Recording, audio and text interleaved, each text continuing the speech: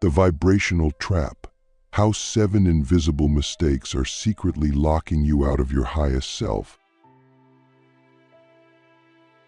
There's a secret most people don't want to face. It's not the universe that's holding you back. It's not your karma. It's not bad luck. It's you. It's the unconscious habits, thoughts, and emotional patterns you repeat every single day that are silently lowering your vibration. And if you don't catch them, they become traps, invisible prisons, and you might never realize you're even inside one. You could spend your entire life chasing healing, success, peace, and spiritual awakening, while unknowingly sabotaging all of it by making the same 7 fatal mistakes. Mistakes that seem small on the surface, but are massive in frequency. They carry a vibration that repels miracles, love, abundance, and alignment. And worst of all, some of these mistakes are things we've been taught to do by culture, family, even some spiritual teachers. That's why we're going to expose them one by one. Not to shame ourselves, but to free ourselves. Because once you see the trap, you can walk out of it. The first fatal mistake is so common it's almost invisible. Judging yourself for feeling low. Think about it. You feel sad. You feel anxious. You feel off. And instead of meeting that with compassion, what do? You panic. You say, "Oh no, my vibration is low." You start obsessing over fixing it. You label it as bad. And in that moment, you've just doubled the frequency of the very thing you're trying to escape. You've added resistance to your pain. And resistance is a low-frequency energy that turns temporary emotions into chronic suffering. The truth is, your vibration doesn't drop because you feel something heavy. It drops when you judge that feeling, when you contract around it, when you rush to fix instead of listen. What if we understood that low emotions are not blockages? They're messages, invitations into deeper presence, deeper healing, deeper truth. So ask yourself, what if my sadness wasn't a problem, but a doorway? What if my anxiety wasn't a flaw, but a signal from my soul calling me back into alignment? The second mistake is this: consuming low-vibe energy like it's harmless. We live in a world of endless noise, news cycles designed to trigger fear, social media built to addict your attention, gossip disguised as entertainment. Every time you scroll through drama, every time you absorb fear-based narratives, every time you entertain conversations that drain you, you are feeding the vibration of chaos. And that vibration doesn't just disappear. It integrates into your field. It becomes your baseline. You start to think it's normal, but it's not. It's toxic. And unless you take radical responsibility for your energetic diet, just like you would with food, you will keep pulling yourself down without realizing why. The truth is, high vibration is not just about what you do. It's about what you consume, what you allow into your eyes, your ears, your thoughts, and your heart.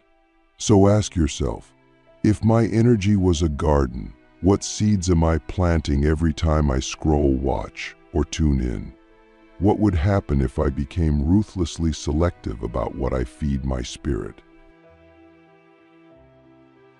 The third fatal mistake is spiritual bypassing.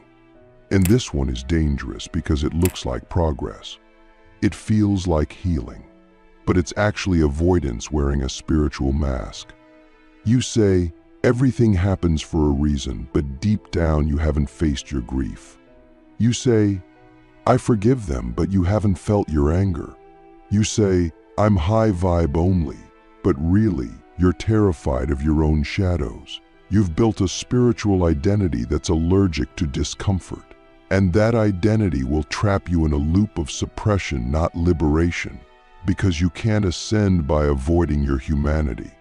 You ascend by honoring it, meeting it, integrating it. The most high-vibe people on this planet are not the ones who never feel pain. They are the ones who can sit in the fire of pain without running, without numbing, without pretending. That's embodiment. That's real spirituality. So ask yourself, what am I pretending to be over in the name of being spiritual? What emotion have I never fully allowed myself to feel because I thought it would lower my vibration?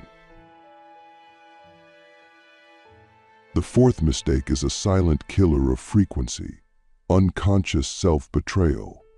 This happens every time you say yes when you mean no. Every time you ignore your intuition to please someone else. Every time you abandon your truth to avoid discomfort. On the outside, it looks like compromise, but on the inside, it's a fracture. And every fracture lowers your vibrational coherence, because your soul operates in truth. And when your actions betray your truth, your energy splits. You become fragmented, confused, drained. That's why so many people feel stuck even though they're doing the work. Because the work isn't just meditation or journaling. The work is living in integrity with your deepest knowing, even when it's inconvenient, even when it's unpopular, even when it scares you, especially when it scares you. So ask yourself, where in my life am I still betraying myself in order to be liked, approved of, or safe? What would it feel like to choose myself fully, even if no one else understands? Fifth mistake, living in a future that doesn't exist. This one is so subtle, but so destructive. We think about tomorrow constantly. We rehearse conversations. We imagine a worst-case scenarios. We obsess over timelines. And by doing that, we disconnect from the only place where power exists. Now. The future is not real. It's a projection, a mental abstraction. And when you live there, you are vibrating in absence. You're not here. You're not embodied. And the universe can only meet you where you are. So if you're always ahead of yourself, always waiting for something else to begin your joy, your freedom, your peace, you're sending a frequency of lack. And that frequency keeps you in delay, over and over, until you realize the truth. Presence is the portal to everything, not the future, not the plan. This moment, right now. So ask yourself, what am I postponing that I could choose to feel right now? What part of me is still living in a someday that never arrives? Sixth mistake, holding on to resentment like it's power. We think if we stay angry, we stay strong, that if we never forgive, we'll never be hurt like that again. But resentment is not protection, it's poison. And it doesn't hurt them, it hurts you. It eats your joy. It fogs your clarity. It locks you in energetic contracts with people who don't even deserve your energy anymore. Forgiveness is not about excusing what happened. It's about freeing your frequency from the grip of the past. It's about cutting cords, reclaiming soul fragments, choosing peace over punishment. Because every time you carry the weight of old pain, you are dragging it into your now. And your now is sacred. Your now is all you have. So ask yourself, who am I still bound to through unspoken resentment? What would it feel like to release them, not for their sake, but for mine? Seventh mistake, the final trap that seals all the others. Believing that your vibration is something you have to earn. We think we need to do more, heal more, meditate more, prove ourselves more. But high vibration is not something you chase. It's something you return to. It's your natural state, underneath the trauma, underneath the programming, underneath the ego. And the more you try to fix yourself to get there, the more you reinforce the belief that you are broken, that you are separate, that you are not enough. And that belief is the lowest vibration of all. So the real shift happens when you stop trying to get to high frequency and instead start letting go of everything that told you you couldn't live there. All the lies, all the labels, all the stories. What if you stopped trying to become something and started remembering who you already are? The frequency rebirth, how to reclaim every fragment of your energy and rise like you were never broken. We don't rise by becoming something new. We rise by remembering what we forgot. Every low vibration we're trapped in is a story we've told ourselves for so long, we started thinking it was our identity. But it's not. It's just a frequency we got used to. A frequency built from survival, pain, rejection, trauma, and sometimes even love that came with conditions. And over time, we internalized it. We fused it with our self-image. We said, this is just who I am. But the truth is, none of that was ever you. The real you, the essence underneath the wombs, is whole, radiant, wildly magnetic. And if you want to reclaim your vibration, you can't just add more light. You must go into the places where you first dimmed it. You must retrieve the parts of you that got left behind in moments of shame, abandonment, or fear. This isn't about becoming better. It's about coming back. Coming back to the frequency that was always yours before the world told you to forget it. Energy doesn't lie. That's why you can do all the right things, meditate, say affirmations, drink green juice, and still feel disconnected. Because your mind might be saying, I'm healed, but your energy is still carrying the weight of unspoken grief, dormant guilt, or inherited stories that never belonged to you. That's why healing isn't intellectual, it's energetic, it's visceral. It's in the trembling of your chest when you finally let yourself cry for something you never grieved. It's in the rage that erupts when you realize how long you've silenced yourself to keep the peace. It's in the stillness that follows when you finally stop running. And that's when your vibration begins to rise, not because you forced it, but because you stopped resisting the truth of who you are. So I ask you, what emotion have you buried so deep you forgot it was still shaping your life? And what would happen if you gave it permission to speak for the very first time? This is the work of energy reclamation. To go back not to relive the pain, but to rescue the power you left there.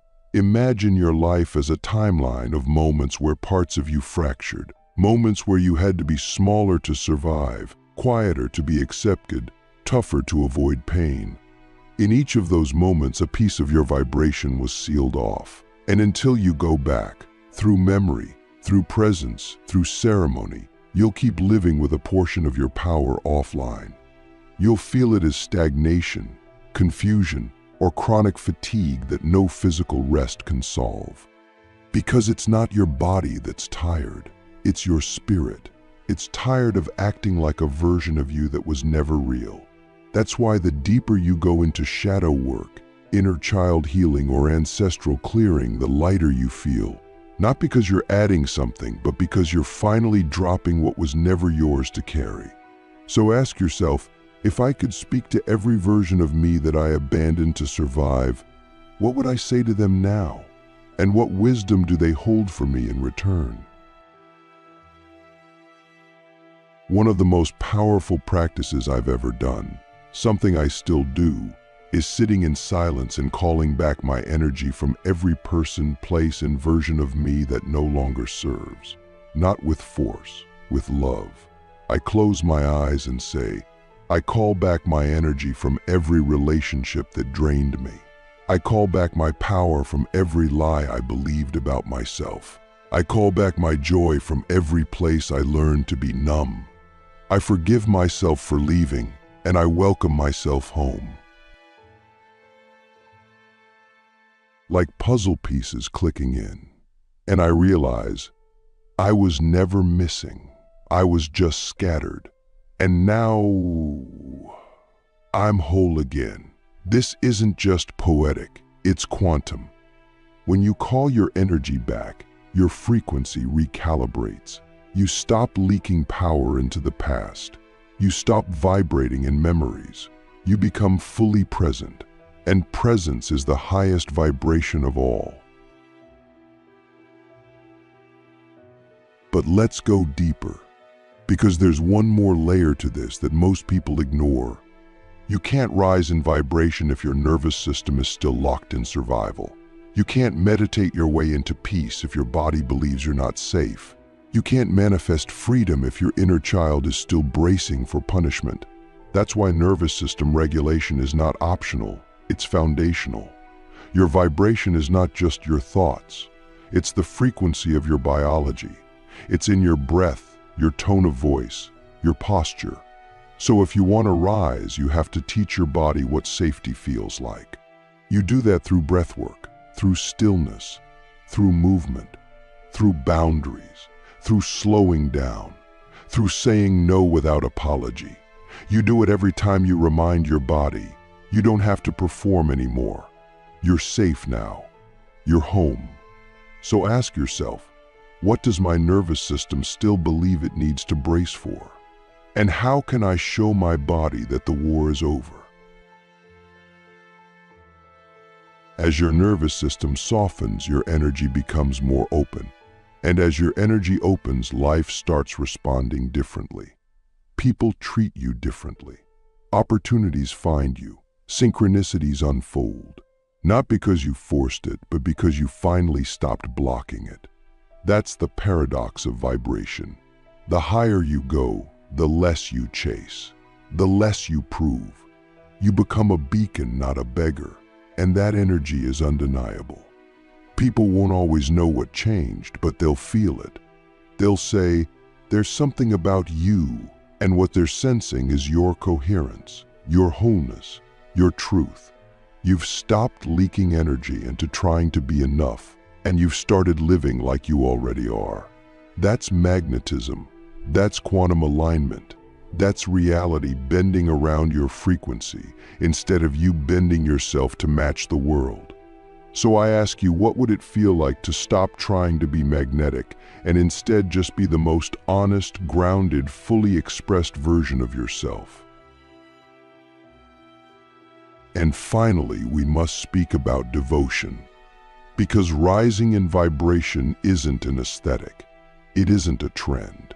It is a lifestyle of radical alignment. It means choosing integrity over approval, stillness over urgency, truth over comfort. It means waking up every day and asking, what does my highest self need from me today?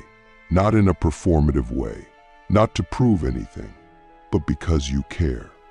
Because you want to live in harmony with the divine intelligence that flows through you. Because you know your frequency is sacred and it deserves to be honored. This isn't about perfection. You will fall. You will forget. You will spiral. But the path is always here. And every time you return to it, you rise even higher. Not because something outside of you changed, but because you changed. You remembered. You reconnected. You reclaim the vibration that was always yours. So now I ask you with full presence, if you truly believed that your frequency shapes your reality, how would you live today? What would you do differently right now? The vibration of destiny. How to live every day as a portal to your highest timeline. Every moment is a choice point, a fork in the quantum road. When you wake up in the morning, you are not just waking into another routine day, you are stepping into a web of infinite timelines. Some are heavy, stagnant, and predictable. Others are luminous, expansive, and miraculous. And the timeline you step into is not random. It's selected by your frequency, by your state of being. That's why your energy in the first minutes of your day is sacred. It's the frequency signature that echoes through your reality. If you wake up and immediately plug into fear, comparison, distraction, your day bends around that. If you wake up and anchor into presence, gratitude, clarity, your day bends around that. You are not just living time, you are programming it. You're not just experiencing life, you're transmitting instructions to it through your vibration. So the real question becomes, what frequency am I choosing to broadcast before I even leave my bed? And what timeline does that frequency belong to? When we understand this, we stop waiting for big moments to feel aligned. We stop outsourcing destiny to some future date or external validation. We realize this is the test. This is the initiation. The way you walk to your kitchen, the way you breathe between tasks, the way you speak to strangers. These are not mundane details, they are portals. Each one is a vibrational cue, summoning a version of reality that matches your presence. That's why spiritual mastery isn't about doing more, it's about doing the ordinary with extraordinary awareness. That's how you live as your highest self, not just during rituals, but during rush hour, not just on retreats, but in traffic. Because your destiny doesn't just arrive one day, it's built choice by choice, frequency by frequency. So ask yourself, what if my highest timeline is waiting for me to simply act like it's already here? How would I walk, speak, and breathe if I knew today was the day everything shifts? To live in alignment with your highest timeline, you must also become radically honest about your leaks. Energy leaks are the silent killers of destiny. Every time you engage in something that drains you, you water down your vibration. You dilute your clarity. You confuse the universe. One moment you're aligned, the next you're scrolling mindlessly, saying yes to things that feel like a no, entertaining people who don't respect your frequency. And then you wonder why things feel off. It's not a mystery, it's math. It's frequency math. Energy leaks pull you out of coherence, and coherence is the prerequisite for miracles. So to live as a portal, you must become a guardian. You must protect your energy like it's your most sacred asset, because it is. That means setting boundaries that feel uncomfortable at first. That means saying no without guilt. That means unplugging from noise, even when the noise is popular. So ask yourself, where am I still leaking energy in the name of being liked, informed, or entertained?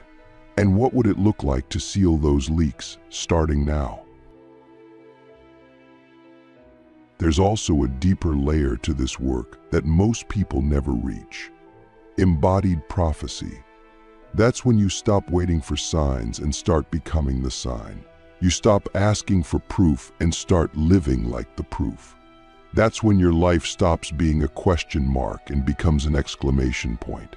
You walk through the world with a frequency so clear, so rooted, so unstoppable, that life has no choice but to rearrange itself around your vibration. This isn't arrogance. This is resonance. You are not forcing anything. You're simply becoming undeniable. You're no longer asking, will it happen? You're asking, how could it not? Because you've already become the version of you who lives it. That's what embodiment means. It's not a performance, it's a cellular memory. You're not acting like your future self. You're remembering that you already are them.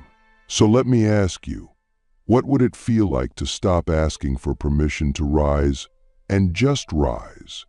Without apology, without delay, without waiting for someone else to believe in you first. And here's the final shift. To live as a portal to your highest timeline, you must stop chasing alignment and start anchoring it. Stop trying to hold a high vibration for a few hours and start making it your home frequency. That means rituals aren't optional anymore. They're sacred contracts. That means your environment isn't random. It's a reflection of what you welcome into your field. That means your words aren't casual. They are spells. Every decision either affirms your timeline or fractures it. This doesn't mean living in fear of mistakes. It means living in devotion to your truth. It means asking not what's the easiest path, but what's the most aligned path. That's how you create a life that doesn't just look good online, but feels divine in your soul. Because alignment is not about perfection. It's about congruence. The more congruent your thoughts, actions, and energy become, the more life begins to flow through you instead of around you. So ask yourself, what rituals, environments, and relationships are truly worthy of the version of me I'm becoming? And what do I need to release to make room for them? When you live like this, when you truly embody your frequency, protect your energy, seal your leaks, and anchor your rituals, you are no longer hoping for the best. You're summoning it. You're no longer begging the universe to choose you. You are the universe, choosing to express itself through your clarity. You become a walking signal, a living transmission, a portal to timelines that most people only dream of. And the best part? You didn't get there by becoming someone else. You got there by letting go of everything you were never meant to carry. You got there by returning fully, unapologetically, to the truth of who you've always been. And now, your life isn't just something you live. It's something you radiate. Every room you walk into shifts. Every word you speak carries weight. Every breath becomes a prayer. And you realize you were never waiting for your destiny. Your destiny was waiting for you to wake up.